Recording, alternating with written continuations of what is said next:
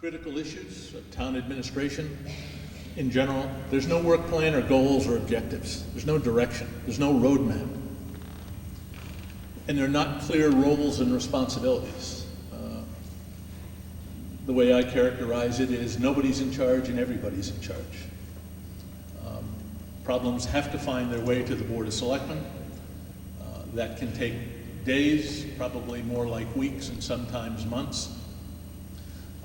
While it is a board that is authorized to act as an executive, the fact of the matter is 5 people can't act as one person efficiently and effectively. And I guess I would argue they probably can't operate with a single mind under the best of circumstances. Your police department is understaffed, it's inadequately equipped, you're not providing the appropriate level of training and the appropriate level of supervision. From our perspective, that is the #1 priority that has to be addressed. You're putting folks in harm's way without proper equipment, without proper training, without proper supervision, and that's simply immoral. It's also illegal, I suspect, and at some point, those chickens could come home to roost if you're not careful. Dispatch operations, we believe, are simply too costly to justify their continuation. This is too small an operation to support a single dispatch facility, and you'll see later on we're recommending that you pursue consolidation with an adjoining community. Fire department and ambulance service, we think that the emphasis on it being a fire department tends to overshadow the primary mission as an emergency medical response mission.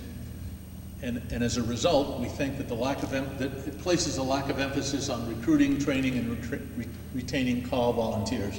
I know some people question my use of the word volunteers. In my part of the woods, volunteers are call firemen.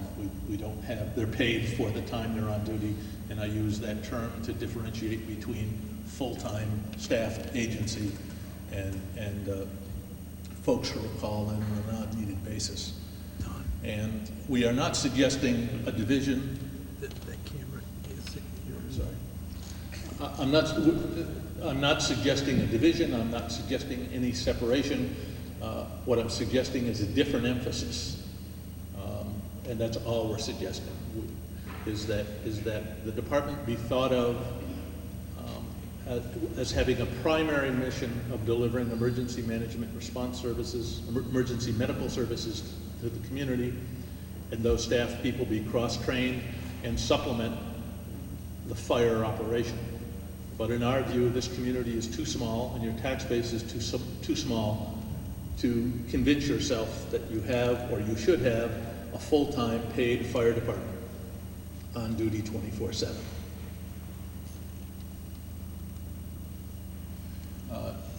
Your information technology situation is a disaster.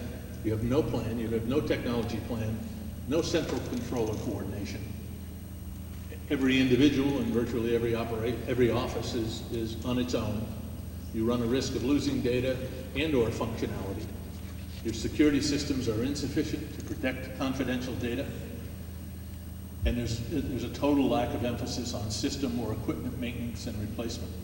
That last item is true not only in technology, but it seems to be true throughout the organization. And that's largely because it's the first place that gets cut. If you take money away, you pay for existing services, and you don't worry about maintaining. You make do with bubble gum and chicken wire. I'm Ronnie Vazina. I'm your fire chief, and I'd like to ask the audience a few questions. I'm looking for a few volunteers. And I'm sincere when I say that.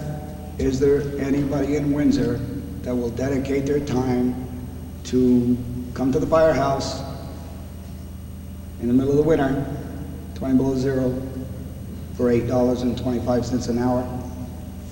And I am sincere about it. Would you show me your hands?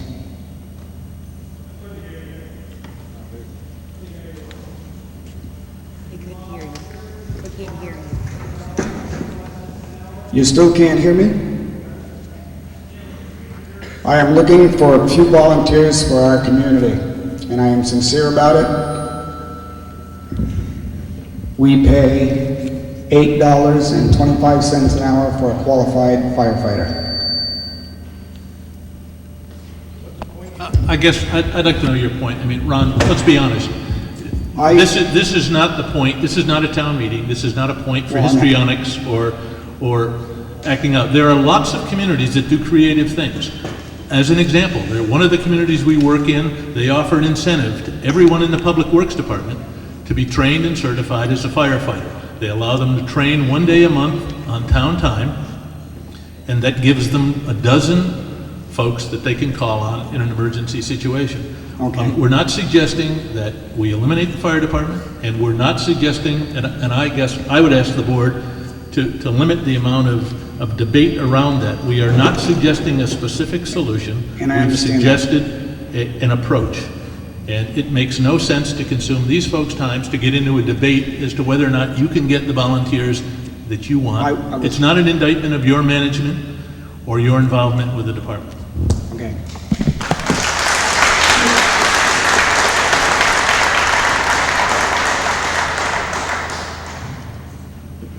Well, if we want to reduce our staff, we have to look at the fact that surrounding communities pay a substantial amount of money for our contract services. Whether this town wants to continue those contracts or not, I don't know. But it is in fact a $200,000 reduction in service in the general fund. So I guess on that note, That's an assumption, that's not a fact. You are taking a presentation and you're making an assumption that is not a fact. Until and unless the board has an analysis that points that out, no decision would be made, as far as I'm concerned, and I'm sure Mike feels the same way, without consultation with you and others. This is an idea. All of these things are ideas to move ahead. And it seems to me inappropriate to try and debate your view of our report. Wait till we issue a written report and then take umbrage with it. okay. My name is Jim Cushing. I'm your police chief. The report that was done is something that's been long needed. Where the concern comes and the unrest comes is there's no dollars and cents presented anywhere in this program. Had we had dollars and cents tonight, we'd all go home and be more confused than we are now. Windsor needs a change. Do we need to get rid of, do we need to change the things that we have been suggested to be changed? We don't know that. We haven't seen the dollars and cents. I have a packet that I've worked on for quite a few hours, trying to come up with the salvage of the dispatch center. Do I know that my figures are right? Absolutely not. But I do know that this report from MRI is long, long overdue. We need to face the facts. We need to know that I don't want to spend any more tax dollars than I have to. And I don't see anybody that I recognize or don't recognize here that wants to spend more tax dollars and not get more than what you're getting for your tax dollar. Again, I feel this is premature to make any decisions on what we're going to do because we simply don't have the facts. I can say that I can save money. Mr. Harkness can say he can save money. Mr. Jutton can show us both. Wrong.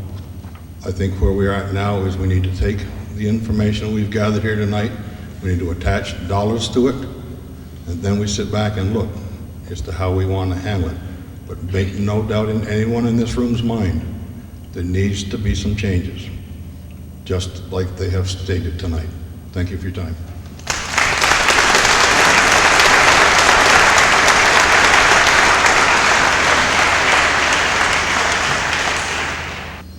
Clayton Toronto. I'm kind of new in town. I just got back up here. After reading the illustrious article in the Windsor Chronicle, I wasn't sure if I should be boarding up our house and moving out. The thing that really concerns me, and my question for you, MRI, is you're suggesting a lot of great changes or poor changes. I'm concerned that we're sitting here. We have 100 years worth of department head experience. They're not really involved in this end of it. I'm sensing a sense of polarization between your company and our department heads. Maybe it's true, maybe it's not. We have a board that made a decision a year ago to locally hire from within and not go from outside. And I guess my real concern or question is have we looked into how to incorporate and create the team that you're suggesting? In other words, is the board, when I'm hearing outsourcing and these type of things, I kind of wonder whether that's the same direction that this board picked a year ago. This whole board wasn't together a year ago. I wasn't here. Okay.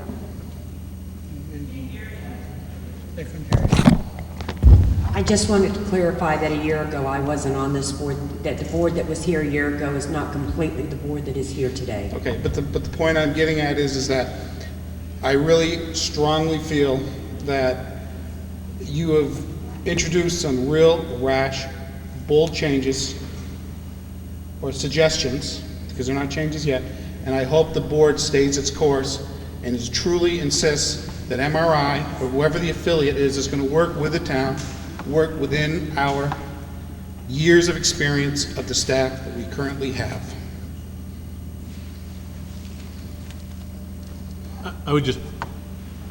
I'd respond by saying first that rash or bold is in the eye of the beholder. And anything that you saw up here tonight is not something that is not being done lots of other places successfully. And so it's not a whole lot, there's not a lot of radical craziness in Well, this. there's It's some just a different set of eyes. there's some disturbances. For instance, your quote on taxes were number 8 in the state, which is too high. I can remember a time 15 years ago, I think we were number 1 or 2. So is it really a negative or is it a positive? Has Windsor improved? You know, what I'm seeing here is very much a negative. Well, I started, if you were here at the beginning, I started out by cautioning that we were tasked to do it this way. And so I apologized up front saying that it is all negative because that's what this type of approach is about. It's to identify the problems and the issues for priority. You know, talking about the good things. The board is paying us to tell it the way we see it and to try and stimulate the community to have some honest discussion around where are you going to be in a year and where are you going to be in 5 years. That's the information we're presenting. Well, I've managed to run a few companies in my life, and to be quite candid with you, I always found I got better, more luck, and more cooperation with honey than I do with bees. And I'm just very concerned that the focus of this report, the focus of that article, has been not very positive for this community. Well, I didn't write the article, so the other issue is that the honey and the bees analogy is a good one, except that's how you do what you do, not what you do. And we didn't recommend any hows up here. This is just recommendations of things to consider and discussions when I'm to have. hearing outsourcing, and I'm not quite sure if that's a fair and accurate statement. Thank you. Just a couple comments. I came onto this board a year ago, and there was no moment of pleasure or I don't know how to describe the situation, but most of you or many of you know that I sit on the school board also, and I'm not looking for extra nights out. I have family and a job and other things going on, but 2 select board members had resigned.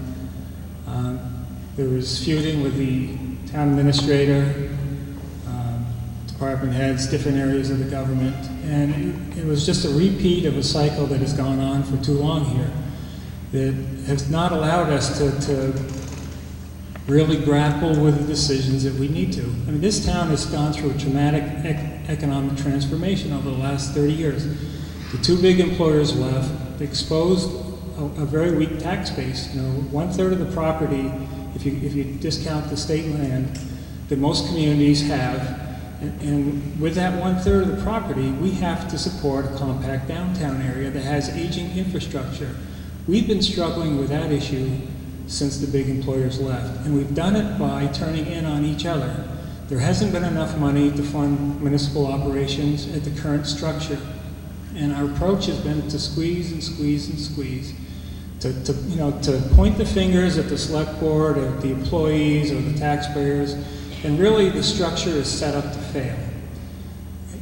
We've made changes in the past, I think, that have had positive impacts. We've made changes that have had negative impacts. One was going to the town administrator form of government, where now the select board is involved in the decision-making process in such a way that decisions don't get made.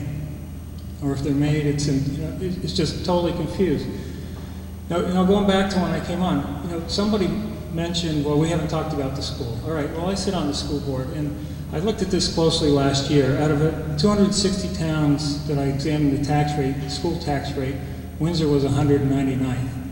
So there was 61 towns that had a higher school tax rate than we did. If you look at the town side, that's not the case. We're at the top. Springfield might have been higher, or there may have been another community. And the reason for that is how the town and school are funded differently. And the town is entirely dependent on what we have here for property. The school tax rate has become a complicated mess, and it is expensive, there's no question about it. School financing statewide, there's a lot of money involved there, but at the time also, 40% of the high school population comes from tuition students. So the school is working hard to attract income from those communities surrounding us. Having that participation allows us to reduce costs in our own community and offer better programs for our students. We are actively trying to work with the other towns in our community to consolidate governance. But let me tell you, it's an awful hard sell to say, throw your lot in with Windsor in terms of governance when we have constant turmoil going on. So one of the reasons I came onto this position is I realized, one, I'm already in the fray being on the school board, and in the situation that I walked into, very few people would do that. And we have to get out of that cycle, because yes, we can make gains if we attract other members, the communities around us to share with us in school services, municipal services, but we don't lend an air of confidence that we're the partner to be with if we're fighting with each other all the time. So we do have to break that cycle.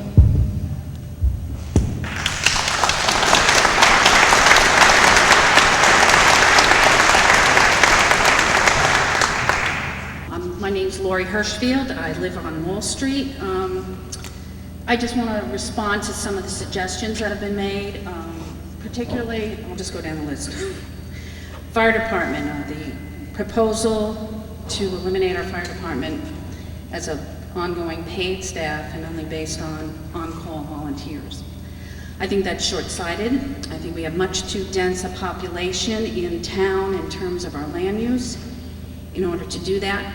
It only takes 3 to 5 minutes for flashover. And that will end up meaning that blocks of our town will be wiped out while we're waiting for our volunteers that are called onto the site to come in.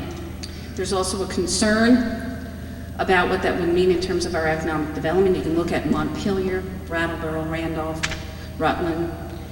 It doesn't take, you don't have to wait for the disaster to occur in order to know that you need the services. It's not a number of how many fires have we had, and therefore it equates to having a full-service fire department.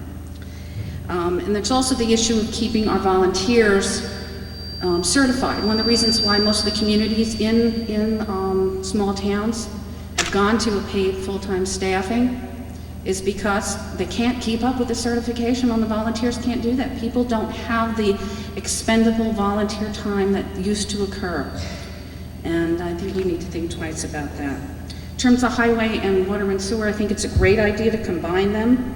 It allows for cross-training, it allows for overstaff to have, where you have emergencies or plowing, it allows us to be able to accommodate those unexpected situations, and combining sources just makes sense. Dispatching, I have to disclaim, I am a town of Hartford employee here, but my support for going to that has nothing to do with that, although I do have the inside conversations on that in terms of Hartford, and I say the town will get a very good service for a lot less money. In terms of the finance and accounting, I don't know if you're aware of it, but the Vermont League of Cities and Towns has recently created a position that will start in mid-November, which will deal with this issue of accounting practices and procedures and providing assistance to municipalities all over the state. This is a situation that doesn't only exist in Windsor, in fact exists in most communities. And unfortunately, Hartford's losing out because we're losing our finance director, who is very good at this, and he's going to be the person that's going to be going around from community to community. So we may be able to get our assistance through that mechanism rather than having to outsource it in some way.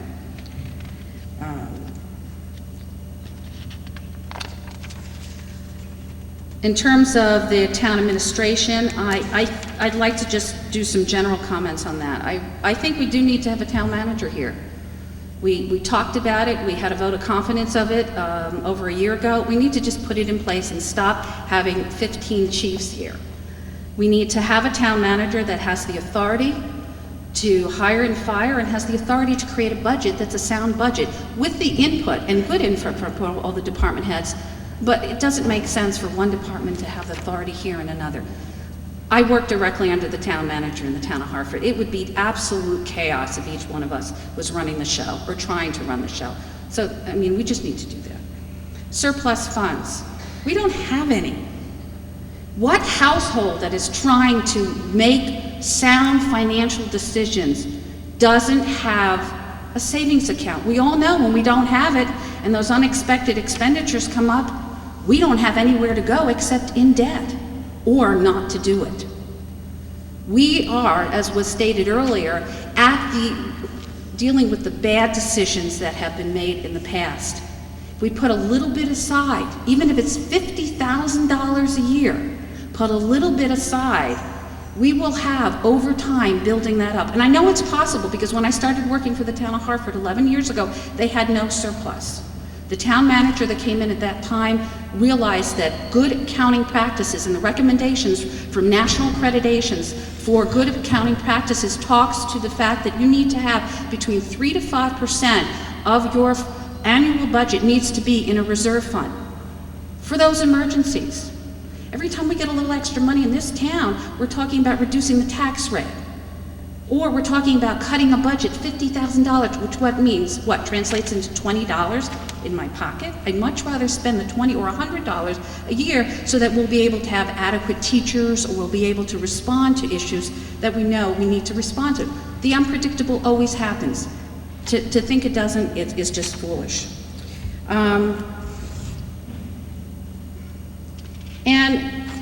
I guess that's all I have to say. So, thanks for enduring my comments, and I appreciate all the hard work that you're doing. If we can achieve this with keeping our tax rate within an accommodating level for all of our citizens, I think that's the best way to go. But I also want to caution you that if we do that at the cost of cutting our services, that we have to pay for what we need. So let's find ways to do it as most cost effective as we can, but let's not cut our services because we can't pay for them, but we know we need them. Thank you.